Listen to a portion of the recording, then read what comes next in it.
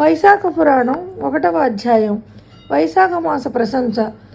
నారాయణం నమస్కృత్య నరం చైవ నరోత్తమం దేవీం సరస్వతీం వ్యాసం తతో జయముదీరయేత్. సూత మహర్షి సౌనకాది మహర్షులను ఉద్దేశించి ఇట్లు పలికెను. మహర్షులారా వినుడు. రాజర్షిగు అంబరీషుడు బ్రహ్మ మానస పుత్రుడకు నారదుని చూసి నమస్కరించి, మహర్షి, మీరు అన్ని మాసముల మహత్వమును వివరించిరి.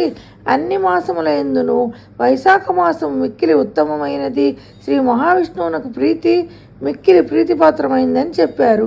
వైశాఖ మాసము శ్రీ మహావిష్ణువుకు ఇష్టమవుటకు కారణమేమి? ఈ మాసమందు విష్ణు ప్రియములైన ధర్మములేవి?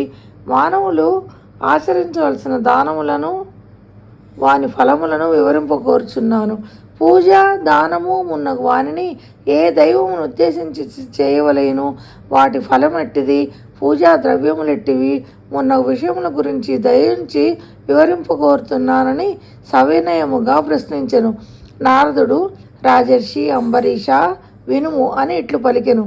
పూర్వం ఒకప్పుడు నేను బ్రహ్మను మాసముల మహిమను మాస ధర్మములను వివరింపగోరితిని.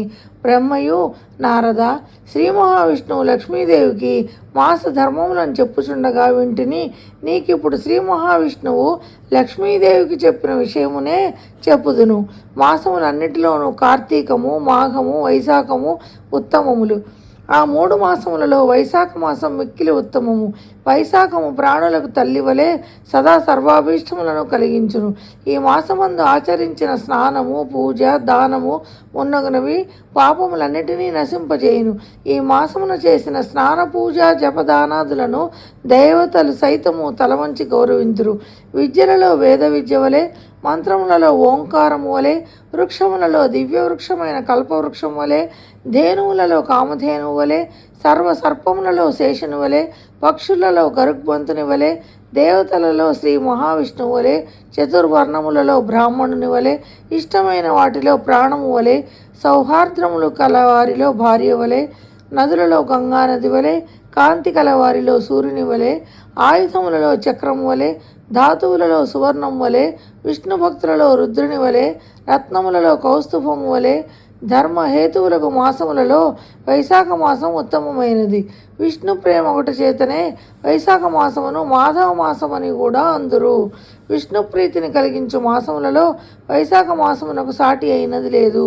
సూర్యుడు మేషరాశి యందు ఉండగా వైశాఖమున సూర్యోదయమునకు ముందుగా నదీ తటాకవాదులలో స్నానం ఆచరించినచో శ్రీ మహావిష్ణువు లక్ష్మీదేవితో కలిసి అతి ప్రీతితో వారిని ఉద్ధరింపనెంచును. ప్రాణులు అన్నమును తిని సంతోషము చెందినట్లు శ్రీ మహావిష్ణువు వైశాఖ స్నానం ఆచరించిన వారి విషయమున సంప్రీతుడగుచున్నాడు. అట్లు వైశాఖ స్నానం ఆచరించిన వారికి అన్ని వరములను ఈ సిద్ధమై ఉన్నాడు. వైశాఖ మాసమున ఒకసారి మాత్రమే స్నానమును పూజను చేసినను పాప విముక్తుడై విష్ణులోకమును చేరుతున్నాడు. వైశాఖమున వారం రోజులు స్నానాధికమును చేసినను ఈ మాత్రమునకే శ్రీహరి అనుగ్రహం బలమున కొన్ని వేల అశ్వమేధ యాగమును చేసినచో వచ్చినంతటి పుణ్యమును చెందును.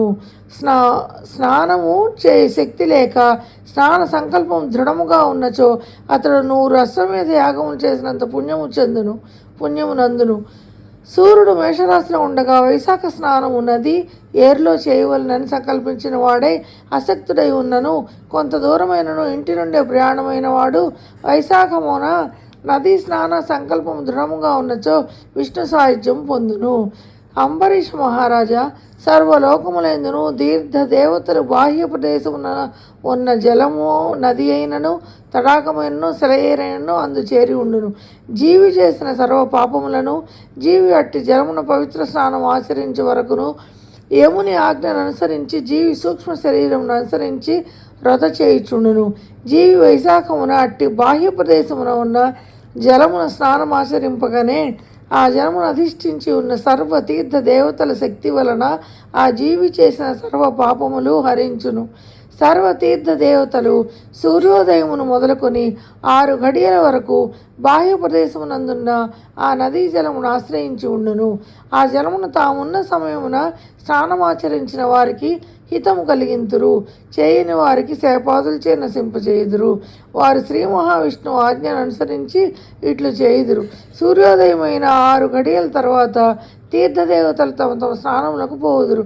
మరల సూర్యోదయమునకు ముందుగా బాహ్య ప్రదేశమందున్న జలమును ఆవహించి స్నానమాడిన వారి పాపముల నశింపజేయుచుందురు. వైశాఖ పురాణం 1వ అధ్యాయం సంపూర్ణం.